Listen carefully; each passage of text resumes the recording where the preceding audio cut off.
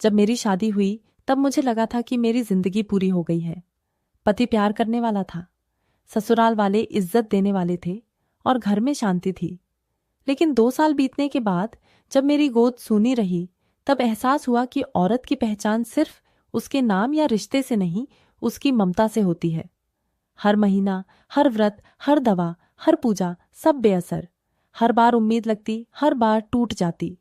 लोग अजीब निगाहों से देखने लगे थे। मेरी सास चुप रहती थी, लेकिन उनकी आंखों में ऐसे सवाल उभरने लगे थे जिनके जवाब मेरे पास नहीं थे।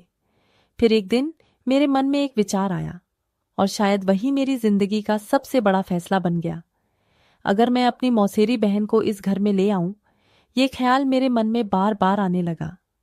मीरा मेरी मौसी की बेटी थी, मुझसे छोटी, सरल स्वभाव की, मेरी हर बात मानती थी। मैंने सोचा, अगर वो मेरी देवरानी बन जाए तो हमेशा मेरे नियंत्रण में रहेंगी। मैं पहले ही उसे अपने देवर के लिए पसंद कर चुकी थी। किसी तरह सास को भी मना लिया। शादी की तैयारियां हुई। मैं खुद उसकी मेहंदी में उसे सजा रही थी। उसकी आंखों में संकोच था और मेरे दिल में संतोष, खुश होना। मीरा, मैंने पूछा। उसने नजरें झुकाकर कहा, जब आपने चुना है तो खुशी क्यों ना हो। मुझे लगा जैसे मैं कोई चाल जीत गई हूं, जैसे मैंने अपने ससुराल में एक ऐसा मोहरा बिठा दिया है जो हमेशा मेरे इशारों पर चलेगा। मगर मुझे क्या पता था कि मैं जिसे ला रही हूं वही मेरा सब कुछ मुझसे छीन लेगी। मीरा की शादी मेरे देवर से हो गई। वो घर में आई, सबने उसे हाथों हाथ लिया। वो शांत, आज्ञाकारी और सबकी सेवा में लगी रहती थी। लेकिन असली इम्तिहान तो अब आने वाला था। शादी के कुछ ही महीनों में वो गर्भवती हो गई। मेरी तो जैसे दुनिया थम गई। पूरे घर में खुशियां छा गई। सास ने मिठाइयां बांटी, देवर ने मंदिर में पूजा रखवाई और मेरे पति ने तो उसे उपहार दिलवाए, और मैं बस एक कोने में बैठी सब देखती रही। बधाई हो नम्रता, अब तुम मौसी बनने वाली हो, पड़ोसन ने चहकते हुए कहा। मेरे होठों पर मुस्कान थी, लेकिन दिल में आग लगी थी। पति ने कहा, देखो नम्रता, भगवान की मर्जी है, कल तुम्हें भी खुशखबरी मिलेंगे। मीरा तो रोज तुम्हारे लिए प्रार्थना करती है। वो सच में करती थी। अक्सर मेरे पास आकर कहती, दीदी मैं रोज आपके लिए भगवान से मांगती हूं कि आप मां बने। लेकिन अब उसकी हर बात मुझे बनावट वाली लगने लगी थी। उसकी हमदर्दी भी मुझे ताना लगने लगी। फिर वो दिन आया, मीरा को बेटा हुआ। घर में जैसे कोई उत्सव चल रहा हो। हर तरफ लोग खुद को दादी, नानी, चाची कहने लगे। सास ने सोने की चूड़ी दी। देवर ने 3 दिन तक मिठाई बंटवाई और मैं कमरे में अकेली बैठी सोच रही थी, क्या मैं सच में किसी पाप की सजा भुगत रही हूं। पति मेरे पास आए, मेरा हाथ थामा और कहा, नम्रता तुम मेरी जिंदगी हो, बच्चा हो या ना हो, तुम हो यही बहुत है। मैंने सिर हिलाया। आंसू बह निकले, लेकिन मन को चैन नहीं मिला। वक्त गुजरता गया। अब मीरा मां बन चुकी थी। उसका पूरा ध्यान बच्चे पर था। घरवाले भी अब उसी के आसपास रहते। मैं जैसे अब एक पुरानी अलमारी की तरह रह गई थी, काम की लेकिन भावनाओं से खाली। मीरा मेरे हर कहे पर अमल करती, भाभी जी कहकर पुकारना, लेकिन उसकी हर मुस्कुराहट मुझे अब दिखावा लगने लगी। सास कभी उसके लिए खीर बनाती, कभी फल काट कर देती, और मैं बस रसोई में खटती रहती। कभी कभी रात भर छत को ताकती रहती। मन में एक ही सवाल, क्या भगवान ने भी मुझे भुला दिया है। एक रात आईने के सामने खड़ी हुई, आंखों के नीचे काले घेरे, चेहरा मुरझाया हुआ, होठों पर कोई रंग नहीं, बस एक थकावट जो आत्मा तक उतर चुकी थी। क्या मेरी कहानी बस इतनी ही है, मैंने खुद से पूछा। अंदर से एक आवाज आई, अभी तो सब शुरू हुआ है नम्रता। मुझे नहीं पता था ये आगाज था या अंजाम, लेकिन मैं जान चुकी थी कि अब मीरा सिर्फ मेरी देवरानी नहीं, मेरी चुनौती बन चुकी है। अब मैं उसे देखकर अपनी हार महसूस करती थी। फिर एक दिन जब मीरा दोबारा गर्भवती हुई, सास ने सबसे पहले मुझे बुलाया और कहा, अब उससे ज्यादा काम मत करवाना। नम्रता, तुम तो आदी हो ना सबकी सेवा की, अब घर का सारा काम तुम संभाल लो। मीरा को आराम चाहिए, जैसे मैं कोई पुरानी मशीन हूं और वो नई कीमती चीज। अब घर के सारे काम मेरे हिस्से, कपड़े धोना, खाना बनाना, झाड़ू पोछा, मेहमानों की आओ भगत, और सबसे ज्यादा मीरा की सेवा। कभी उसे दूध गर्म करके देना, कभी फल काट कर, कभी उसकी पसंद का खाना कमरे में ले जाना। लेकिन मैंने कभी शिकायत नहीं की, क्योंकि वो मां बनने वाली थी। एक दिन मैंने आटे में पानी ज्यादा डाल दिया तो सासू माँ ने गुस्से से कहा, यह भी कोई काम करने का तरीका है? मीरा को तो ऐसा खाना बिल्कुल पसंद नहीं। मुझे जैसे किसी नौकरानी की तरह डांटा गया। मैं चुपचाप दोबारा आटा गूंथने लगी। मीरा ने मेरी तरफ देखा, शायद कुछ कहना चाहा, लेकिन वह चुप ही रही। मुझे याद है 2 महीने पहले मैंने एक डॉक्टर से सलाह ली थी। काफी उम्मीद दिलाई गई थी, लेकिन जब रिपोर्ट्स आई तो वही जवाब मिला, अभी कोई खास सुधार नहीं है, इलाज जारी रखें। घर में किसी ने नहीं पूछा कि रिपोर्ट क्या आई, लेकिन मीरा की हर जांच रिपोर्ट पर सब ऐसे खुश होते हैं जैसे लॉटरी लग गई हो। एक दिन सुबह मीरा को उलटी हुई तो सासू माँ ने तुरंत मेरे हाथ से नाश्ता छीन लिया और जमीन पर रखकर कहा, जा। क्या कर रही है? जल्दी कर, इस थाली को लेकर जा। मैं खुद नाश्ता कर रही थी। मैंने धीमे स्वर में कहा, अम्मा, मैं नाश्ता कर रही थी। अरे नाश्ता तो रोज होता है, वह बेचारी माँ बनने वाली है, उसका ख्याल पहले करो। उन्होंने बात बीच में ही काट दी। मैंने वो नाश्ता वहीं छोड़ दिया और मीरा के कमरे की ओर बढ़ गई। एक दिन मेरी बचपन की सहेली अनीता आई। काफी दिनों बाद मिलना हुआ। बातों बातों में उसने पूछा, नम्रता, तुम तो पहले बहुत चमकती थी, अब इतनी बुझी बुझी क्यों लगती हो? मैंने जबरदस्ती हंसी लाकर कहा, बस घर के काम बहुत बढ़ गए हैं। उसी वक्त मीरा आई, साफ कपड़ों में मुस्कुराती हुई। उसके पीछे सासू माँ थी। अनीता ने हैरत से पूछा, ये कौन है? बहुत प्यारी लग रही है। मैंने पत्थर पर दिल रखकर कहा, मेरी देवरानी है। अरे वाह, बहुत भाग्यशाली लगती है। अनीता ने तारीफ की। मैंने नजरें झुका लीं। मेरे पति रोज शाम को मीरा के पास बैठते, उसके होने वाले बच्चे की बात करते। मैं कमरे के बाहर खड़ी सब सुनती। एक रात मीरा ने कहा, भैया अगर लड़की हुई तो क्या नाम रखेंगे? पति ने हंसते हुए कहा, आर्या या फिर सिया। लेकिन दिल तो बेटे पर है। मेरा दिल चाहा जमीन फट जाए और मैं उसमें समा जाऊं। एक दिन ससुर जी ने कहा, तुम दोनों बहनें हो, मीरा को बहन जैसा स्नेह दो। याद रखो तुम ही उसे लाई थी। मुझे वो दिन याद आया जब मैंने ही मीरा को अपने देवर के लिए पसंद किया था। लेकिन अब वो तो जैसे आसमान पर थी और मैं बस एक साया बन गई थी। मीरा कभी कभी मुझसे बात करने की कोशिश करती, जैसे अब भी वो मुझसे जुड़ी रहना चाहती हो, लेकिन मैं उसमें वो मासूमियत खोजती जो शायद कभी थी ही नहीं, या शायद अब मैं देखना नहीं चाहती थी। एक दिन मीरा ने मुझे एक छोटा सा पैकेट दिया। एक माला। ये क्या है? मैंने पूछा। जप करने वाली माला है। आप भी भजन किया करें, वो बोली। मैंने वो माला पकड़ ली, लेकिन खोलने का मन नहीं हुआ, जैसे किसी ने मुझे दान दिया हो। अब घर का हर रिश्ता बदल चुका था। मैं सिर्फ काम करने वाली भाभी रह गई थी। मीरा अब घर की रौनक थी, उम्मीद और आशीर्वादों का केंद्र। जब मीरा को अस्पताल ले जाया गया तो पूरा घर जैसे त्योहार की तैयारी में जुट गया। सासू माँ ने रसोई की पूरी कमान संभाल ली। ससुर जी ने मेहमानों की सूची बनाई और मेरे पति दिन में कई बार अस्पताल के चक्कर लगा रहे थे। मैं घर में अकेले सारे काम निपटा रही थी, जैसे ये अवसर मेरी जिंदगी से बिल्कुल परे हो। शाम को देवर की कॉल आई, भाभी बेटा हुआ है। मैंने मोबाइल का स्क्रीन देखा और एक पल के लिए दिल की धड़कन थम गई। उसकी आवाज में खुशी, गर्व और एक विशेष प्रकार का अधिकार था। बधाई हो, मैंने कम शब्दों में कहा। माँ को बता देना मैं मीरा के साथ हूं, सब ठीक है। फोन बंद हुआ और मैंने सासू माँ को जाकर बताया। उन्होंने भगवान का धन्यवाद किया, माथा टेका और मुझसे कहा, नम्रता, गुड़ गर्म कर दे, बनवा ले, नाती आया है। मैं चुपचाप खड़ी रही। थोड़ी देर में घर के दरवाजे पर रिश्तेदार आने लगे, कोई मिठाई लेकर, कोई उपहार, कोई आशीर्वाद। वाह मीरा, तो बड़ी किस्मत वाली निकली, दूसरा बच्चा भी बेटा। नम्रता, तुमने सचमुच अच्छा काम किया जो उसे इस घर में लाई। ये सब बातें मेरे कानों में तीर सी चुभ रही थीं। एक शाम पति ने आकर नरमी से कहा, नम्रता, तुम चिंता मत करो, भगवान जब चाहेंगे हमें भी खुशखबरी मिलेंगे। अभी तो खुश हो जाओ, घर में नई जिंदगी आई है। मैंने नजरें फेर ली। वो जानते थे मैं क्या महसूस कर रही हूं, लेकिन उनके पास शब्द नहीं थे। अगले दिन मीरा और बच्चा घर आ गए। घर को गुब्बारों और झंडियों से सजाया गया, जैसे कोई नई नवेली दुल्हनिया ही हो। मीरा का बेटा सफेद कपड़े में लिपटा हुआ, गुलाबी गालों वाला, सबकी गोद में जा रहा था। सासू माँ ने गर्व से कहा, हमारे कुल का दीपक आ गया। नाम क्या रखोगे? किसी ने पूछा। देवर ने खुशी से कहा, रोहित। मैंने एक कोने से ये सब सुना। रोहित, वो नाम जो मैंने अपनी दुआओं में संजोया था, अगर मेरा बेटा होता। अगली सुबह मैंने मीरा के कमरे का दरवाजा खटखटाया। आओ भाभी, अंदर आ जाओ, उसने मुस्कुराकर कहा। चाय दूं? नहीं, बस थोड़ी देर बैठ जाओ। नींद नहीं आ रही।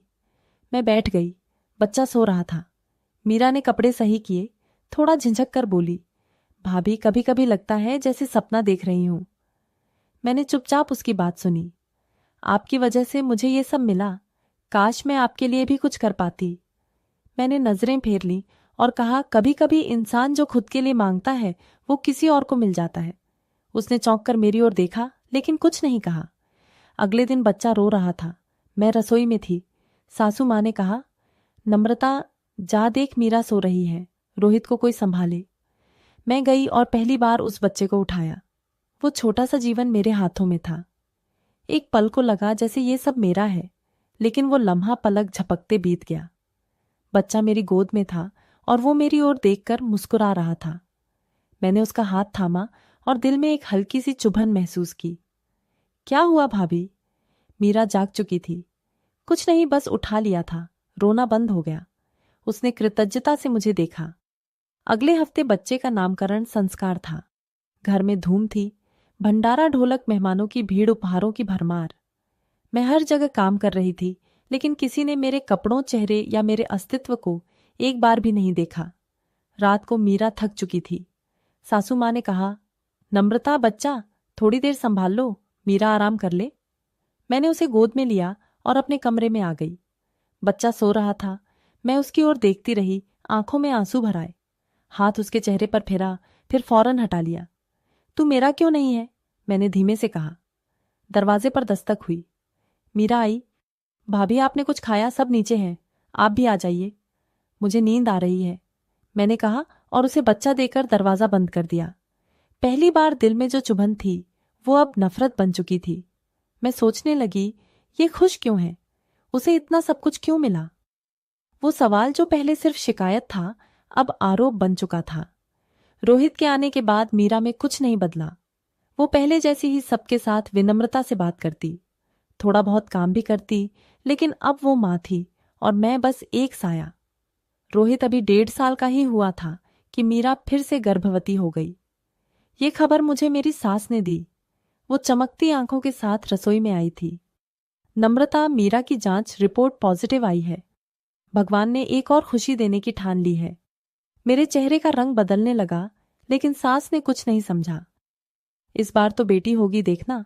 मैंने बस मुस्कुराकर सिर हिला दिया। घर का माहौल फिर से बदल गया। मीरा के लिए नए कपड़े, पौष्टिक खाना और आराम की व्यवस्था होने लगी। ससुर जी बाजार से फलों की टोकरी लाते, देवर सांप को जूस लेकर आता और सास मीरा को लंबी सैर पर भेजती ताकि बच्चा स्वस्थ पैदा हो। नम्रता, सब्जी में मिर्च कम डालना, मीरा को जलन होती है। नम्रता, आज खिचड़ी बना लो, डॉक्टर ने हल्का भोजन कहा है। नम्रता, बच्चे के कपड़े धो दो, रोहित अभी छोटा है।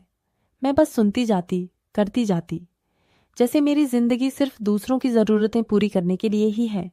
9 महीनों में मीरा ने बेटे को जन्म दिया। फिर से बेटा। सास तो जैसे खुशी से झूम उठी। मेरे तो भाग्य खुल गए और ये बच्चा भी पूरे घर की केंद्र बिंदु बन गया और मैं वहीं जिसकी कोई सुध नहीं लेता। अब घर के भीतर बच्चों की मां को हर वक्त आराम और मदद चाहिए थी और वो जिम्मेदारी मेरी थी। भाभी प्लीज, रोहित का बिस्तर ठीक कर दीजिए, छोटा तो दिन भर गोद में रहता है।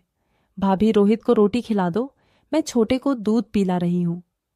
एक दिन सुबह मीरा ने कहा, भाभी आपने बर्तन धो दिए? आज अम्मा कह रही थीं बाहर वाले आंगन में भी पानी डालना है। मैंने नल खोलते हुए खुद से कहा, अब मैं सिर्फ भाभी नहीं, एक नौकरानी भी हूं। रोहित अभी 3 साल का ही हुआ था कि मीरा फिर से गर्भवती हो गई। खबर सुनते ही मेरे हाथ से पानी का जग गिर गया। सास रसोई में थी, आकर पूछा क्या हुआ? हाथ फिसल गया। मैंने टूटे जग की ओर देखते हुए कहा, भगवान करे तुम्हारा भाग्य भी जाग जाए। मीरा को देखो, जैसे भगवान खुद पूछते हैं, पता क्या चाहिए? इस बार भी बेटा हुआ। घर में बड़ी दावत रखी गई, सब ने बधाइयां दी। सास ने देवर को गले लगाते हुए कहा, अब तो पूरा परिवार बन गया। हमारा 3 बेटे पति एक कोने में खड़े थे। मेरी ओर देखा और नजरें झुका ली। चाहे जानते थे कि मेरे दिल पर क्या बीत रही है, मगर कहने को उनके पास कोई शब्द नहीं थे। अब मीरा की व्यस्तता और बढ़ गई थी। 3 बच्चों की देखभाल, उनका खाना, नखरे, नींद, लेकिन फिर भी इज्जत और प्यार उसी के हिस्से में था। एक दिन सुबह मीरा ने दरवाजा खोला। मैं आंगन में झाड़ू दे रही थी। भाभी, जरा ये छोटा पकड़ लीजिए, रोहित बाथरूम में बंद कर रहा है खुद को। उसने बच्चा मेरी गोद में देना चाहा। वो 6 महीने का था। गोरा चिट्टा, भूरे बाल, मुझे देखकर मुस्कुरा रहा था। मैं ठिठक गई। हाथ आगे नहीं बढ़ाए। भाभी, मीरा चौंक गई। मैं नहीं संभाल सकती। ले जाओ क्या मतलब? मैंने कह दिया ना, अपनी संतान खुद संभालो। मीरा चुप हो गई। बच्चे को सीने से लगाया और धीमे कदमों से अंदर चली गई। उसी शाम सास ने कहा, मीरा से सुना तुमने बच्चा नहीं संभालना। कोई शर्म होती है? जब बच्चे की चाहत थी तो इतनी बातें करती थी। अब मौका आया तो मुंह मोड़ लिया। मैं मां नहीं हूं तो ममता कहां से लाऊं? मैंने थकान भरे लहजे में कहा। सास ने ताना मारा, जबान तो देखो, पति की नजरों में गिर जाओगी। मैं चुप रही। जानती थी मैं पहले ही काफी नीचे गिर चुकी हूं। रात को पति आए, तुम ठीक हो? आपको लगता है मैं ठीक हूं? उन्होंने लंबी सांस ली। मीरा की कोई गलती नहीं, बस उसका नसीब अच्छा है। तो मैं क्यों अपना दिल काला कर रही हूं? क्योंकि मेरा दिल जल रहा है और तुम सब उस जलते दिल के आसपास बैठकर खुशियां मना रहे हो। वे खामोश रहे और मैं उनकी खामोशी में अपनी तन्हाई का शोर सुन रही थी। अब ये जख्म दिल तक नहीं, आत्मा तक पहुंच चुका था। रातों को जब पूरा घर सो जाता, मैं आंगन में बैठकर खुद से सवाल करती, आखिर मैं ही क्यों खाली हूं? मीरा ही क्यों बार बार मां बनी? मेरे अंदर क्या कमी है? तीसरे बेटे की पैदाइश के बाद घर का माहौल बदल गया था। एक सुबह सास चाय पी रही थी। रोहित, आजा बेटा, देख तेरी मां क्या लाई है। तेरे लिए। रोहित भागता हुआ आया। उसके हाथ में कार का खिलौना था। अरे ये तो कल बाजार में देखी थी अम्मा, मीरा को पता है ना? तुझे क्या पसंद है, इसीलिए लाई। मैं सबको देख रही थी, पर कोई मुझे नहीं देख रहा था। मैं चुपचाप रसोई में चली गई। शाम को मोहल्ले की औरतें आई। 3 बेटे व मीरा। तुम्हारा तो भाग्य जाग गया। और नम्रता, वो तो बस चुप और दुखियारी सी लगती है, बेचारी बेचारी। इस शब्द ने जैसे कानों में गर्म शीशा डाल दिया। मैं अंदर गई, अलमारी खोली, अपनी शादी की तस्वीरें निकाली। लाल लहंगा, माथे पर टीका और आंखों में वो सपने जो अब राख हो चुके थे। तस्वीर पर हाथ फेरते हुए कहा, तब तुम सबकी चहेती थी, अब शायद कोई याद भी नहीं करता। दोपहर में मीरा बच्चों के साथ खेल रही थी। एक गोद में, एक कंधे पर और एक पांस लेटा हंस रहा था। भाभी, ये वाला सो नहीं रहा, मीरा ने हंसते हुए कहा। बच्चे की आंखें मुझ पर जमी थीं, मासूम, उजली, अनजान। मेरे अंदर कुछ खौलने लगा। अगली सुबह जब मीरा तरुण को दूध पिला रही थी, सास ने मुझे पुकारा, नम्रता, रोहित का बैग तैयार कर दो, आज स्कूल में फोटो खींचनी है। मैंने जल्दी जल्दी बैग तैयार किया, पर जब जूते लाने गई, एक जूता गायब था। नहीं मिला अम्मा, तुम्हें हर चीज गलत ही क्यों मिलती है? मैंने कुछ नहीं कहा, बस जूतों के ढेर में ढूंढती रही और खुद से कहा, काश ये सब मेरी किस्मत से गायब हो जाए। कुछ दिन बाद मीरा ने नई साड़ी खरीदी, गुलाबी रंग की हल्की कढ़ाई वाली किनारे के साथ। सास ने कहा, तुम पर हर रंग है मीरा। मैं मीरा के पास जाकर साड़ी को छूते हुए बोली, अच्छी है, लेकिन इसकी कीमत तुमने नहीं दी। क्या मतलब? मीरा ने चौंक कर पूछा। कुछ नहीं, बस दिल की बात है भाभी। आप दिल की बातें मुझसे बांट सकती हैं। आखिर आप ही तो है मेरी। रहने दो मेरा, अब मैं खुद से भी बातें नहीं करती। रात को मैंने सपना देखा। मैं पहाड़ के किनारे पर खड़ी हूं। मीरा अपने बच्चों के साथ नीचे खेल रही है। मैं सबको नीचे धक्का देना चाहती हूँ, लेकिन मेरा हाथ कांपने। आंख खुली तो पसीना पसीना थी। सुबह मीरा मेरे पास आई। भाभी, आप परेशान लग रही हैं। सब ठीक है, तुम क्यों पूछती हो? तुम्हारे पास तो सब कुछ है, 3 बच्चे, पति का प्यार, सास की दुआएं। मुझे छोड़कर सबकी फिक्र है तुम्हें। भाभी, अब रहने दो। तुम कभी नहीं समझोगी। अब मैं मीरा के बच्चों को अक्सर देखती रहती। उनके हंसने पर मेरी बहुएं सिकुड़ जाती, उनके खेलने पर दिल जलता। और एक दिन मैंने खुद से कहा, ये क्यों खुश है, मैं क्यों नहीं? अब ये सवाल जहर बन चुका था। सुबह का समय था। बच्चे नाश्ते के बाद खेल रहे थे। मीरा थकी हुई लग रही थी। पिछली रात तरुण ने बार बार जगाया था। सास ने कहा, बेटा तू जाकर नहा ले, मैं बच्चों को देख लेती हूं। मीरा उठकर स्नान घर की ओर चली गई। बच्चे आंगन में बिखरे हुए खिलौनों के साथ लेटे हुए थे। रोहित कोने में कार चला रहा था। दूसरा बच्चा नींद में झपकियां ले रहा था और तरुण छोटा सा मासूम जमीन पर पिट के बल लेटा हुआ था। सास अपनी बहन के घर चली थी। देवर दफ्तर और पति दुकान पर था। घर शांत था, जैसे कोई रोके बैठा हो। मैं रसोई से बाहर निकली और आंगन में आ गई। तरुण को देखते हुए मेरे दिल में फिर वही सवाल गूंजा, ये क्यों खुश है? मैंने खुद से कहा, बस एक बार इसे उठा लेती हूं, देखते हैं क्या होता है। मैं झुकी, तरुण को धीरे से उठाया, उसे आंखें खोलकर मुझे देखा और हल्की सी मुस्कान दी। मेरे कदम अपने आप चलने लगे। दरवाजा खोला, बाहर निकली। किसी ने रोका नहीं, किसी ने सवाल नहीं किया, जैसे सब ने मुझे इजाजत दे दी हो। गली पार करके मैं तेज कदमों से कूड़े वाली जगह की तरफ बढ़ने लगी। वही पुराना कचरा स्थान जहां मोहल्ले के सारे लोग कूड़ा फेंकते थे। वहां बदबू, मक्खियां और लापरवाही का राज था। रास्ते में तरुण हंस रहा था, जैसे कोई खेल खेल रहा हो। मेरे कदम रुक गए, दिल धड़का, मैं क्या कर रही हूं? मैंने उस पर आसमान की तरफ देखा और कहा, किसी ने मेरा दुख नहीं देखा तो मैं क्यों किसी पर दया करूं? कूड़े के ढेर के पास पहुंची, एक कोना देखा जहां मिट्टी थोड़ी नरम थी। पास ही पड़े टूटे डिब्बे से एक काला पॉलीथीन उठाया। तरुण अब भी हंस रहा था, जैसे मुझे पहचानना हो। मैंने कांपते हाथों से उसे पॉलीथीन में लपेटा और मिट्टी खोदने लगी। वो जगह ज्यादा सख्त नहीं थी, जल्दी ही छोटा सा गड्ढा बन गया। मैंने पॉलीथीन को उसमें रखा और मिट्टी से ढकने लगी। आखिरी बार तरुण का चेहरा आंखों के सामने आया। आंखें बंद थीं, जैसे सो रहा हो। मैंने आखिरी मिट्टी डाली और पीछे हट गई। दिल जोर जोर से धड़क रहा था, पसीना बह रहा था, लेकिन शरीर सुन्न था। वापसी का रास्ता वैसा ही था, पर हर कदम भारी लग रहा था। घर पहुंची तो दरवाजे पर सन्नाटा था। घर में अब सिर्फ 2 बच्चे थे और मीरा, जो स्नान घर से बाहर आ रही थी। तरुण कहाँ है? उसने पूछा। मैंने नजरें चुराई, यही कहीं होगा, तुम्हारे ही बच्चे हैं, खुद देखो। मीरा ने बच्चों के बीच देखा, फिर आंगन में दौड़ने लगी। तरुण सास अभी तक नहीं लौटी थी और मीरा का चेहरा पीला पड़ चुका था। मैं चुपचाप कमरे में जाकर बैठ गई। दिल किसी अंधेरी गहराई में डूबा था। बच्चे अब भी खिलौनों से खेल रहे थे, जैसे कुछ हुआ ही ना हो। कुछ देर बाद मीरा रोती हुई मेरे कमरे में आई। भाभी, आपने तरुण को कहीं देखा? वो नहीं मिल रहा। मैंने ठंडी आवाज में कहा। नहीं देखा, पर वो तो यही था। आप बाहर गई थी ना? हाँ, दूध लेने सूरज जल रहा था। लेकिन तरुण का कुछ पता नहीं चला। घर में अजीब सी बेचैनी फैल गई। मीरा की हालत बिगड़ रही थी। वो बार बार आंगन में एक कोने से दूसरे कोने तक घूम रही थी। मोहल्ले की औरतें भी आ गई थीं। कुछ चुपचाप तमाशबीन, कुछ सवाल करती, कुछ बातें बुदबुदाती। क्या उसने दरवाजा खोला था? इतना छोटा बच्चा कहाँ जा सकता है? तभी पास वाली मौसी, पड़ोस की मौसी ने ऊंची आवाज में कहा, मैंने खुद देखा है। नम्रता तरुण को गोद में लिए गली पार कर रही थी। साथ में एक काला पॉलीथीन भी था। एक लम्हे को सब शांत हो गए। सबकी निगाहें मेरी ओर उठी। मैं तब तक कमरे के दरवाजे पर खड़ी थी। सास मेरी तरफ बढ़ी। नम्रता, क्या ये सच है?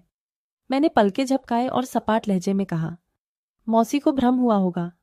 मैं तो दूध लेने गई थी। पति की आवाज पहली बार सख्त हुई। दूध लेने जा रही थी या कुछ और? मैंने नजरें चुरा ली। मेरे पास आई। भाभी प्लीज, अगर आपने तरुण को कहीं रखा है बता दो। मैं कसम खाती हूं कुछ नहीं कहूंगी, बस मेरा बच्चा लौटा दो। मैंने जोर से कहा। मैंने कुछ नहीं किया। बार बार इल्जाम क्यों लगाती हो? मेरा पीछे हटी। उसकी आंखों में दर्द, हैरानी और एक सवाल था। आप ऐसा कर भी कैसे सकती हैं? देवर गुस्से से बोला। नम्रता, अगर सच नहीं बताया तो मैं पुलिस बुला लूंगा। सास ने उसे रोका। ठहरो, पहले से मौका दो, शायद सच बता दे। पति ने मुझे एक तरफ ले जाकर धीरे से कहा, नम्रता, अगर कुछ किया है तो अब छुपाने से क्या फायदा? हम मिलकर देखेंगे क्या किया जा सकता है। मैंने गुस्से में कहा, तुम सब चाहते हो कि मैं एक इल्जाम अपने सिर ले लूं, सिर्फ इसलिए कि मैं मांस नहीं बन सकी। उसने कहा, यह बात नहीं है, हम बस सच जानना चाहते हैं। घर के हर कोने से आंखें मुझे घूर रही थी, हर आंख में शक। हर दिल में सवाल। तभी एक और पड़ोसन बोली, मैंने भी देखा था, नम्रता के हाथ में कुछ था, बच्चा ही लग रहा था मीरा। फिर मेरे पैरों में गिर पड़ी। भाभी, भगवान के लिए बता दीजिए, तरुण कहाँ है? अगर भूखा है तो उसे खाना दे दूं, अगर रो रहा है तो गोद में ले लूं, बस बता दो वो जिंदा है। मैंने उसके हाथ झटक दिए और कमरे में चली गई। दरवाजा बंद कर लिया। कमरे में अंधेरा था, लेकिन दिल का अंधेरा उससे कहीं गहरा बाहर बच्चों के रोने की आवाजें थीं। मीरा की सिसकियां, सास की चीखें, देवर की गूंजती आवाजें। मैं अब चुप नहीं बैठूंगी। दरवाजा जोर से बजा, पति की आवाज थी। नम्रता, दरवाजा खोलो, बात करनी है। मैंने दरवाजा खोला। वो अंदर आया, मुझे घूर कर देखा। ये आखिरी बार पूछ रहा हूं बच्चा, मैंने कहा। मैंने कुछ नहीं किया। मौसी को भ्रम हुआ है, सब मुझे कसूरवार मारने को तैयार बैठे हैं। वो कुछ देर तक मुझे देखता रहा, फिर चुपचाप चला गया। रात गहराती गई, लेकिन किसी की आंख नहीं लगी। मीरा आंगन में बैठी थी, उसकी गोद खाली, आंखें बंद। मैं अंदर बैठी थी। दिमाग में सिर्फ शोर था। सुबह की आरती शुरू हो गई थी, लेकिन घर में कोई नहीं सोया था। तभी दरवाजा फिर से बजा। मोहल्ले के कुछ लोग, महिलाएं और पुरोहित जी आ गए। किसी के हाथ में गंगाजल था, किसी के हाथ में रामायण, लेकिन हर आंख में एक ही सवाल था, बच्चा कहाँ है? पड़ोस की मौसी ने सबके सामने फिर से अपनी बात दोहराई। मैंने नम्रता को बच्चा ले जाते देखा था। ये मेरा भ्रम नहीं है, मैं कोई अंधी नहीं हूं। एक औरत बोली, इतने दिन हो गए, अगर बच्चा कहीं छिपाया है तो बता दे, मर भी गया होगा तो कहीं गाड़ा जा चुका होगा। दूसरी ने कहा, क्या मां ना बन पाने का मतलब ये है कि किसी और की संतान छीन ली जाए? तीसरी ने झट से कहा, हम पुलिस बुलाते हैं, हवालात में जाएगी तो ही सच उगलेगी। मेरे कानों में शोर बढ़ता जा रहा था, सांस लेना मुश्किल हो रहा था। पति ने नजरें नीचे झुका रखी थी, देवर भी मुट्ठियां नीचे नीचे खड़ा था। नम्रता, आखिरी बार कह रहा हूं, सच बता दो, उसने गंभीर स्वर में कहा। मैंने चारों ओर देखा, हर ओर बस चेहरे थे, हर चेहरे पर आरोप, नफरत और ताने। दिल में कुछ टूटने लगा, जैसे भीतर कोई भारी पत्थर हट गया हो। हाँ, मैं ले गई थी। तरुण को मेरी आवाज ऊंची थी। एक पल को पूरा घर सन्न रह गया। हाँ, मैंने ही उसे उठाया था, मैंने ही उसे बाहर ले जाकर कूड़े के ढेर के पास दफना दिया था, क्योंकि मैं बर्दाश्त नहीं कर सकती थी ये सब। उसकी हंसी, उसकी माँ का गर्भ, तुम सबकी नजरें, तुम लोगों का प्यार जो कभी मेरा था और अब किसी और का हो चुका था। मीरा ने झटके से आंखें खोली। सास ने दोनों हाथ सिर पर रख लिए। हे भगवान, ये क्या सुन लिया? देवर एक कदम मेरी ओर बढ़ा, लेकिन पति ने बीच में आकर उसे रोका। तुमने ऐसा क्यों किया?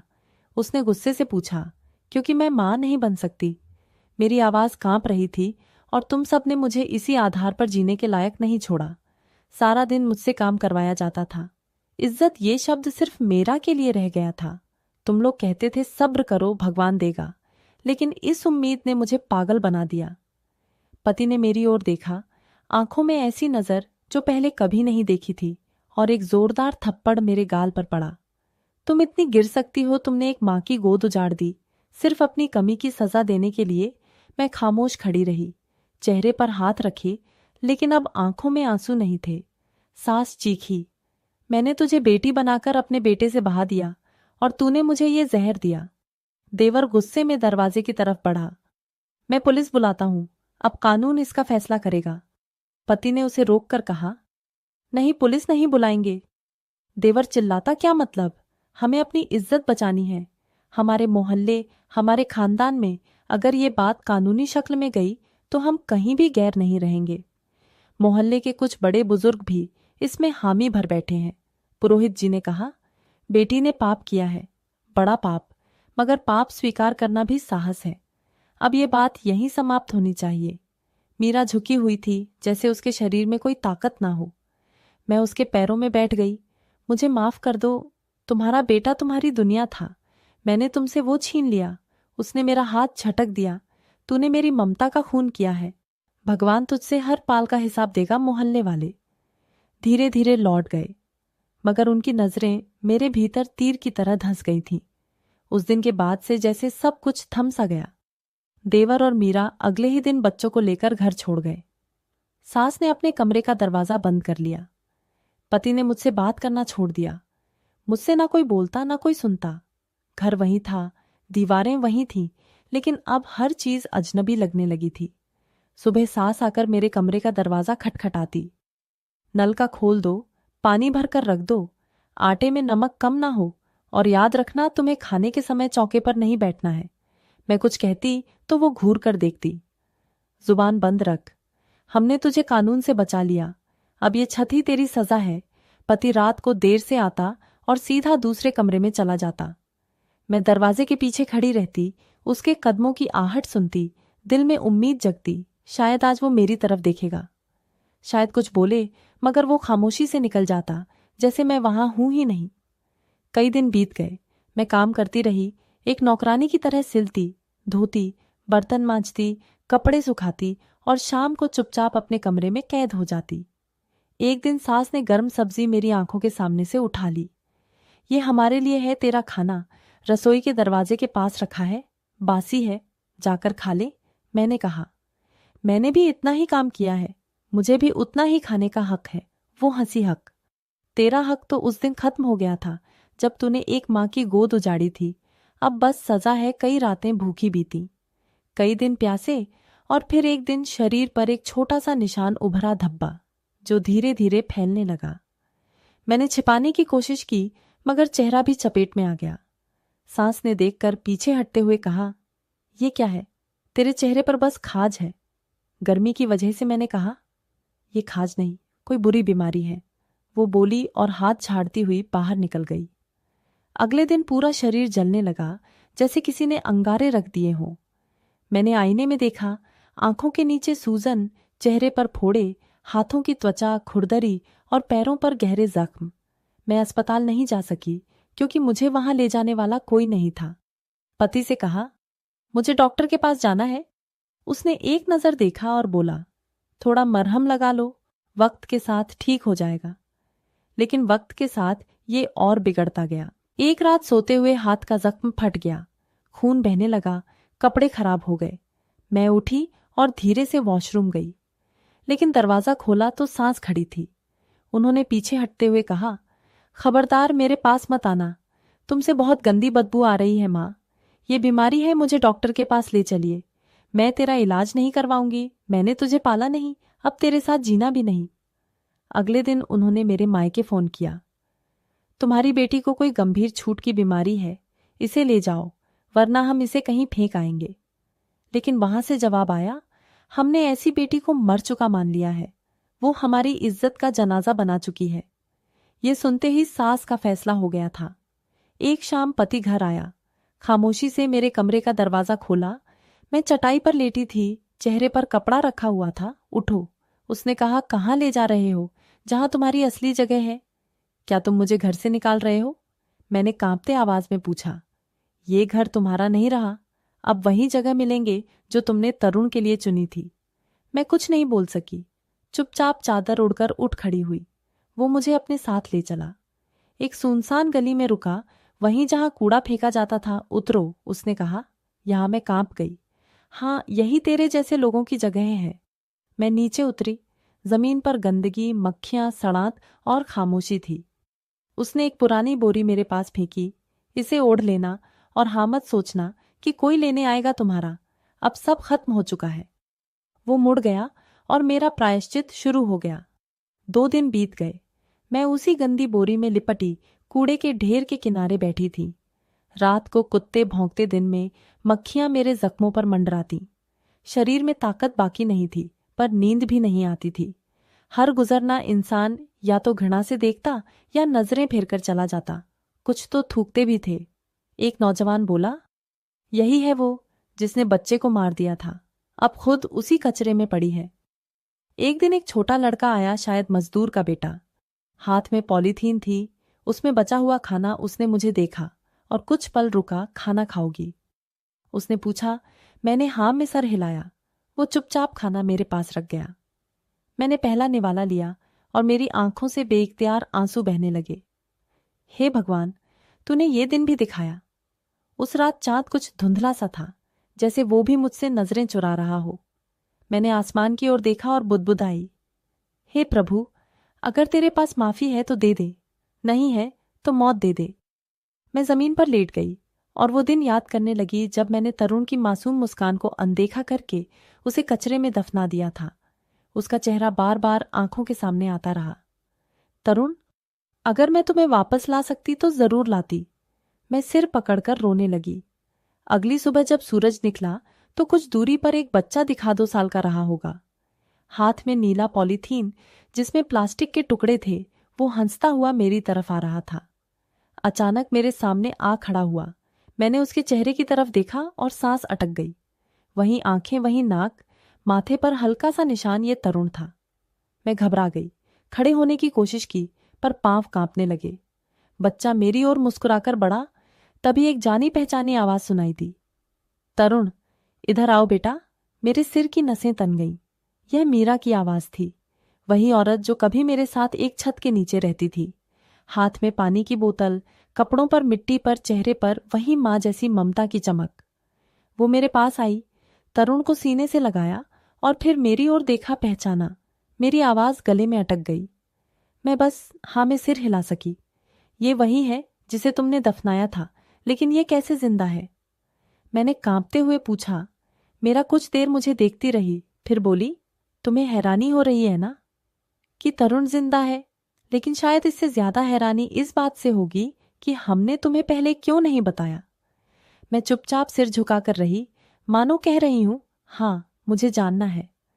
मीरा ने तरुण के बालों में हाथ फेरते हुए कहा, जिस दिन तुम इसे यहां छोड़कर गई थी, भगवान ने इसकी रक्षा की। वो फकीर जो कचरे के पास बैठा रहता है, उसने तुम्हें जाते देखा। तुम्हारे जाने के बाद उसने पॉलीथीन में हलचल देखी। उसने किसी को बताया नहीं, चुपचाप बच्चे को उठाया और नजदीकी अस्पताल ले गया।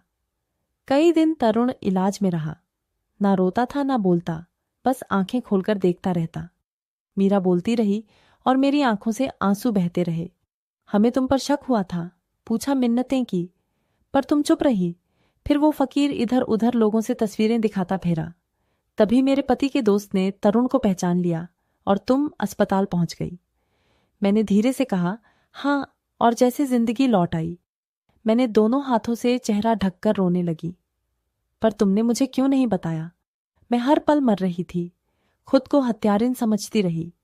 मीरा का लहजा सख्त हो गया, क्योंकि हमें अब भी तुमसे डर था। डर मैं तो मर चुकी हूं। तुम्हारे घर से निकाले जाने के दिन से नम्रता तुम जिंदा हो, और अगर कोई जिंदा इंसान अपने भीतर घृणा और क्रोध ले जिए तो वो एक मुर्दे से भी ज्यादा खतरनाक हो सकता है। मेरे पास कहने को कुछ नहीं था, सच तो यही था। अगर मुझे दोबारा मौका मिलता शायद मैं फिर वही करती, क्योंकि उस वक्त मेरा दिल पत्थर हो चुका था। मीरा ने तरुण को जमीन पर खड़ा किया। वो लड़खड़ाते हुए चलने लगा। मैंने उसे देखते हुए कहा, अब वो ठीक है, किसी चोट का निशान नहीं, बस एक पहचान बाकी है जो तुमने दी। मीरा ने तरुण की आस्तीन ऊपर की, जहां एक हल्का सा जख्म का निशान था। मैं ये जीवन भर नहीं भूल पाऊंगी। मैंने सिर झुकाकर कहा। मीरा बोली, हम भी नहीं भूलेंगे, लेकिन हमने तुम्हें जीने दिया। अगर चाहते तो उसी वक्त पुलिस को सूचना दे सकते थे, तो क्यों नहीं दी? मैंने पूछा, क्योंकि तुम्हें कानून से सजा दिलाकर हम खुद भी दुख में, हमने तुम्हें भगवान के हवाले किया और हमें विश्वास था कि भगवान भी तुम्हें वही दुख देंगे जो तुमने हमें दिया। तरुण दोबारा मेरे पास आया, मेरे कपड़े खींचे। मैंने झुककर उसका हाथ थामा। वो मासूम आंखों से मुझे देख रहा था, जैसे कुछ भी याद नहीं हो। मैंने हिचकियों में कहा, क्या ये मुझे माफ करेगा? मीरा बोली, वक्त के साथ माफ कर देगा, लेकिन तुम्हें खुद को माफ करना आना चाहिए। मैंने आसमान की ओर देखा। चेहरा धूप में तप रहा था, शरीर बदबू में डूबा हुआ, लेकिन दिल में एक चमत्कार उतर चुका था। ये बच्चा मेरी क्षमा की एक उम्मीद है। मीरा ने तरुण का हाथ पकड़ा, पीछे हटी और फिर कहा, अब हम यहां नहीं रहते। एक साधु के जरिए पता चला कि तुम यहां गिरी पड़ी हो। सोचा तुम्हें सच्चाई बता दूं ताकि तुम्हारा इंतजार खत्म हो जाए। अब क्या तुम मुझे छोड़कर चली जाओगी? मैंने पूछा। हाँ, उसने कहा, लेकिन अब तुम अकेली नहीं हो। तुम्हारे पाप का आईना तुम्हारे सामने है, रोज तुम्हें ये याद दिलाने के लिए कि इंसान बनने में पूरी उम्र लग जाती है और राक्षस बनने में बस एक गलत फैसला। मीरा मुड़ी, तरुण की उंगली थमाई और चल दी। मैं देर तक उनके पीछे देखती रही। एक तरफ मेरा अपराध, दूसरी तरफ उस अपराध की माफी का संकेत। शायद भगवान ने मुझे तुरंत सजा दी थी, लेकिन साथ ही चमत्कार भी दिखाया था। मीरा के जाने के बाद मैं वहीं बैठी रही, वहीं बोरी, वहीं गंदगी, मगर आज मेरे भीतर कुछ अलग था। तरुण के जीवित होने की खबर ने जैसे कोई बंद दरवाजा खोल दिया था, जो बरसों से भीतर बंद था। मैंने कई बार खुद से कहा था कि मर जाना बेहतर है, लेकिन पहली बार लगा कि शायद जिंदा रहना सजा नहीं, बल्कि एक मौका है। दूसरे दिन सुबह एक बूढ़ी सी आवाज सुनाई दी, बेटी रोटी खाएगी। भिखारी हाथ में एक रोटी और प्लास्टिक का जग लिए मेरे सामने खड़ा था। धूप में उसकी चमड़ी झुलस चुकी थी, लेकिन चेहरे पर एक अजीब सी ममता थी। वही भिखारी जिसने तरुण को बचाया था। मैंने आंखें नीचे कर ली। तुमने मुझे बचाया या मेरे अपराध को उजागर किया? मैंने पूछा। वो मुस्कुराया। जो आंखों के सामने हो उसे अनदेखा नहीं किया जा सकता, और बच्चा था, मासूम था। मैंने हाथ जोड़ दिए। मुझे अपने साथ रख लो, मैं अब और कुछ नहीं मांगती, सिर्फ रोटी और एक छत। उसने कहा, जो इंसान अपने पाप को स्वीकार कर ले वो मेरे साथ भी रह सकता है। और हाँ, पश्चाताप के बाद की जिंदगी सबसे बड़ी पूजा होती है। इस तरह मैं उस भिखारी के साथ रहने लगी। वो कचरा चुनता, बचा हुआ खाना बांटता और कभी कभी बीमारों की देखभाल करता। मैं भी उसके साथ बाहर चौक, अस्पताल के बाहर और फुटपाथों पर घूमती जहां वो जाता। मैं साथ होती। मैं लोगों से नजरें चुराती, मगर भिखारी कहता, दूसरों की नजरों से ज्यादा जरूरी है तुम्हारी अपनी नजर, जो तुम्हें आईने में देखती है। एक दिन तरुण फिर दिखा। वो अपनी मां का हाथ पकड़े नाले के पास खड़ा था। मुझे देखकर दौड़ा। तुम वही हो ना जिसने मुझे ढांप रखा था? उसने मासूमियत से पूछा। क्या मतलब? मैंने हैरानी से पूछा। उसने कहा, मां बताती है कि एक बार मैं जमीन में छुप गया था, फिर एक देवी आई और मुझे बाहर निकाला। मैं जमीन पर गिर गई। आंखों से बहते आंसुओं में प्रार्थना घुल गई। हे भगवान, तू बच्चों के दिल में भी माफी डाल देता है। मीरा भी पास आ गई। उसने तरुण को पीछे किया और मुझे देखा। क्या अब तुम्हें मन की शांति मिली? उसने पूछा। मैंने हाथ जोड़कर कहा, नहीं, जब तक तुम मुझे माफ नहीं करती, जब तक तुम्हारी प्रार्थना मुझे नहीं स्वीकारती, मैं कभी चैन से नहीं रह सकती। कुछ पलों तक उसने खामोशी में मुझे देखा। तरुण पीछे से बोला, मां, मदद करना अच्छी बात होती है ना? मीरा ने उसके सिर पर हाथ रखा, फिर मेरी तरफ देखा। तुमने मेरी गोद उजाड़ी, मैंने तुम्हें भगवान के हवाले कर दिया। लेकिन ये बच्चा कह रहा है, तो मैं मान लेती हूं, मैं तुम्हें माफ करती हूं। मैं वहीं जमीन पर पेट के बल गिर गई। हे ईश्वर, ये इंसानों की माफी है, अब तू भी मुझे माफ कर दे। भिखारी ने मेरे पेट पर हाथ रखा। अब तेरी जिंदगी का दूसरा हिस्सा शुरू हुआ है, वो हिस्सा जो अब किसी और के लिए जिया जाएगा। कई महीने बीत गए। मैं अब लोगों के घरों से बचा हुआ खाना इकट्ठा करती, जरूरतमंदों में बांटती, बीमारों को अस्पताल पहुंचाती। जिन माँ बाप के बच्चे खो जाते, मैं उनके साथ मिलकर ढूंढने में मदद करती। जहां भी कोई बच्चा रोता दिखता, मैं उसके पास जाकर पूछती, माँ कहाँ है? मेरे हाथ अब भी घाव से भरे थे, लेकिन दिल हल्का होता जा रहा था।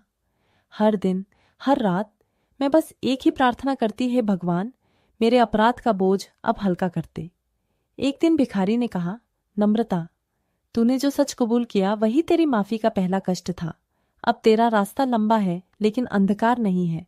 मैंने हंसते हुए कहा, कभी कभी लगता है मैं मर चुकी हूं और ये जिंदगी मृत्यु के बाद की है। वो बोला, ऐसी जिंदगी जिसमें पश्चाताप हो, वही असली जीवन है, बाकी तो सिर्फ सांसें थीं। एक दिन तरुण मेरे पास एक कागज लेकर आया। उस पर उसकी तोतली लिखावट में लिखा था, माफ करना अच्छी बात है। मैंने उस कागज को सीने से लगा लिया। रात को चांद की रोशनी में भिखारी के पास बैठी। मैंने आसमान की ओर देखा और धीमे से खुद से कहा, मैं शायद इंसानों से माफी पा चुकी हूं, मगर अपने ईश्वर से अभी भी शर्मिंदा हूं। ईर्ष्या इंसान को अंधा कर देती है, मगर सच्चाई स्वीकार करना मुक्ति की पहली सीढ़ी है। अपराध चाहे जितना भी बड़ा हो, पश्चाताप और माफी से दिल का घाव भर सकता है, अगर नियत सच्ची हो तो। दोस्तों, उम्मीद करती हूं आपको हमारी कहानी पसंद आई होगी। कहानी पसंद आई है तो वीडियो को लाइक करें, चैनल पर नए हैं तो चैनल को सब्सक्राइब करें, और हाँ, नोटिफिकेशन बेल को जरूर दबाएं ताकि अगली अपडेट सबसे पहले आप